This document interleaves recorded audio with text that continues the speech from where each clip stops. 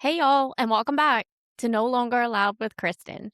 Okay, so last Tuesday, the kids and I, we have our annual tradition of before back to school, we go eat beignets at a place that's kind of close to our house. It's called the Coffee House. And if you're not from Louisiana, a beignet is basically fried dough covered in powdered sugar.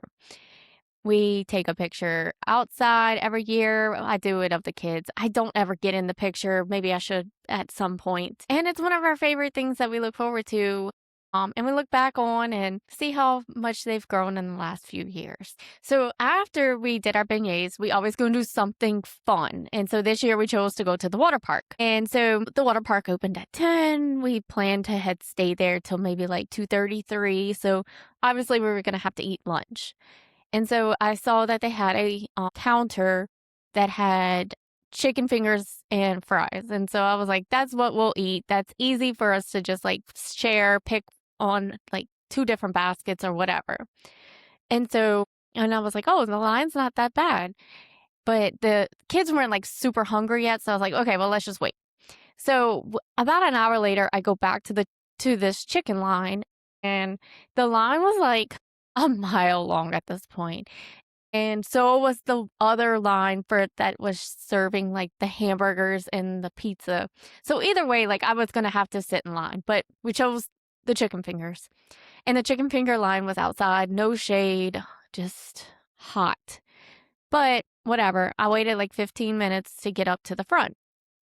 And so when I got up there, the girl working the counter, she was like, how many do you want? Because that's all they had was chicken fingers and fries. Like you couldn't, that was it. And I was like, I want two baskets. And she's like, okay. And she turns around.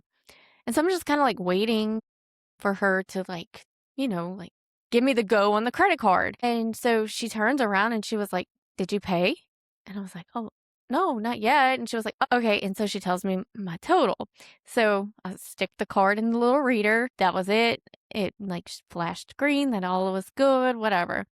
And so I kind of like stepped like maybe like 2 inches over to my right to grab a tray so I could carry these chicken fingers because the kids weren't by me at the time. They had went like off to the park to do some slides while I waited. And the girl turns around with a chicken finger basket. And so she has it in her hands like this. And so I reached out to grab it and she was like, no, you got to go to the back of the line. So I was like, huh?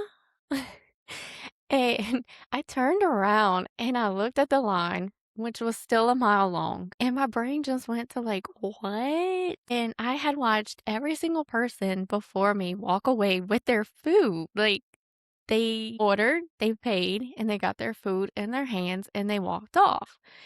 But I'm sitting here looking in the line for the people that were in front of me to see if they had to go to the back of the line as well. And I was like, in that moment, I was like, I knew I paid. I had the evidence that like I've been waiting for this. This is my chicken finger basket. But it was like I froze. But there was like two women behind me and they like spoke up for me. They were like, "She just paid. She's been standing in this line with all of us. She literally just paid you." And the girl that was working the counter was like, "Oh, you did?" I was like, "Yes."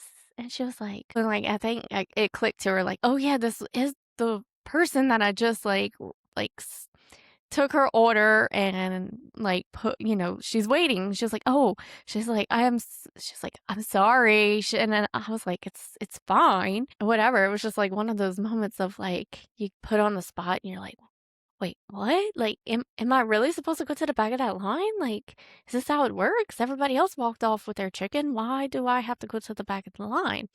But y'all, it was hot. And she was nonstop. And I don't think that chicken finger line died down until like way later.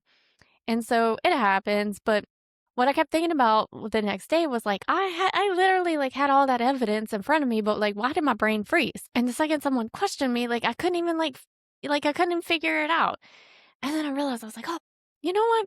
Actually, that is why I actually have my own coach when it comes to my business, but also she's also my life coach. Um, And then I'll give y'all like another example about like when you just kind of like have that moment of you need to have somebody else in your corner when you cannot like actually think through your own thoughts. And so some of y'all know I was a labor and delivery nurse. And if you ever worked in nursing, like any nursing, whatever, you know that some shifts are going to be like super easy and chill. And then there's some shifts where just shit hits the fan.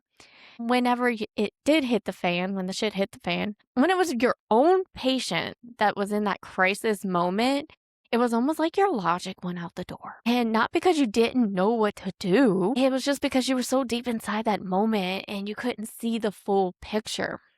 And every other nurse in that room was picking up the pieces you were missing and calling out the things you couldn't see from where you were standing in that moment. And that's not a failure of knowledge. That's just what happens when you're inside something and you need someone on the outside to see it clearly. And this is exactly what happens when you're inside your own life. You're trying to see your own patterns, your own invisible rules, the beliefs you inherited before you were old enough to question them, but you're reading the label from inside the jar.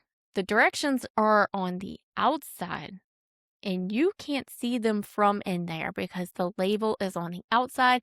You are in the inside of the jar. And you can read, look, I preach this all the time. You can read all the personal development books, and they're great. I've read a lot of them. Some I go back to over and over sometimes.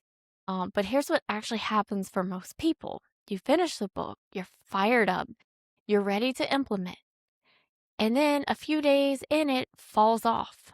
Not because the book was wrong, because the motivation fades and the old patterns are still running underneath everything. And when you don't understand what's actually driving your behavior, the information just does not stick. You're trying to pour something new into a container that hasn't changed yet. You can listen to every podcast, including this one, and I hope you take something away from every episode that I do give y'all.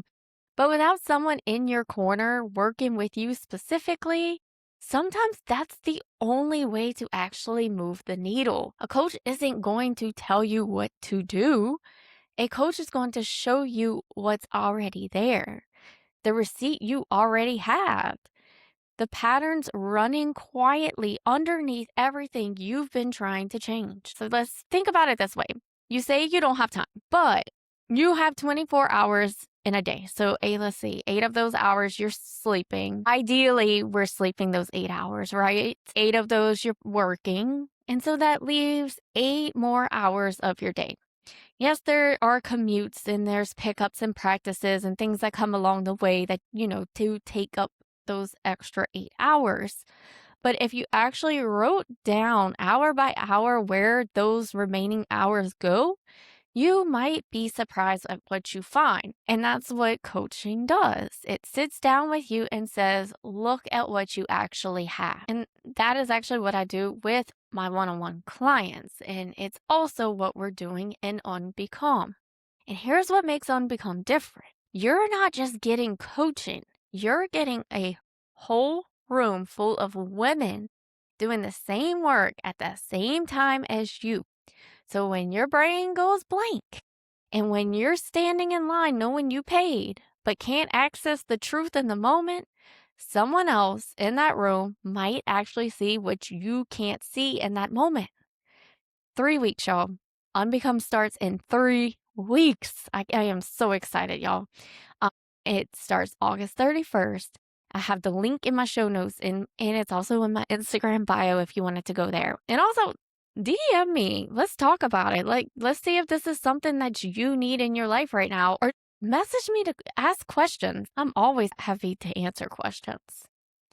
And if groups aren't your thing, because I get it, like you're in a room with people and sometimes you may happen to know somebody in that group. I get it. I was in a group coaching at a point in my life, and it was exactly what I needed at that time in my life. I watched women go from where they were to somewhere completely different in just like a few months. And it was just so amazing to see other people's transformations as well. But there came a point where I needed to go to a new level and I needed one-on-one to get to that new level. And that's kind of where my journey took place. Because when you want a new level life, you have to take on new level experiences. And that's a podcast for another day. And maybe that's you. Maybe you want someone solely focused on you. And that's my one-on-one. Bring me your life, your relationships, your patterns, your burnout, your habits, whatever you keep showing up to. You can always DM me on Instagram for that as well, and we can always chat about it to see if that is something that you need in your life right now. So before I let you go, here's your 3 takeaways, okay? Number 1, you cannot always see what's running your life from inside of it. The invisible rules, the inherited beliefs, the patterns, they shape what you can and can't access, even when you have all of the evidence right in front of you. Number 2, knowledge isn't the problem. Application is. You can read the book. You can listen to the podcast. Know exactly what you should do, and you probably know what you should do, and you still freeze when someone questions your reality. That gap between knowing and actually changing is where the real work lives. And finally, number 3, you don't need someone to tell you what to do. You need someone to help you see what's already there. That's the difference between information and transformation. Thank you all so much for being here. If this hit home, share it with someone who needs to hear it because that is how we grow. I am Kristen Falgoust. This is No Longer Allowed. And trying to read the label from inside of the jar and doing it all alone when you don't have to, that is no longer allowed. I will see y'all in the next episode.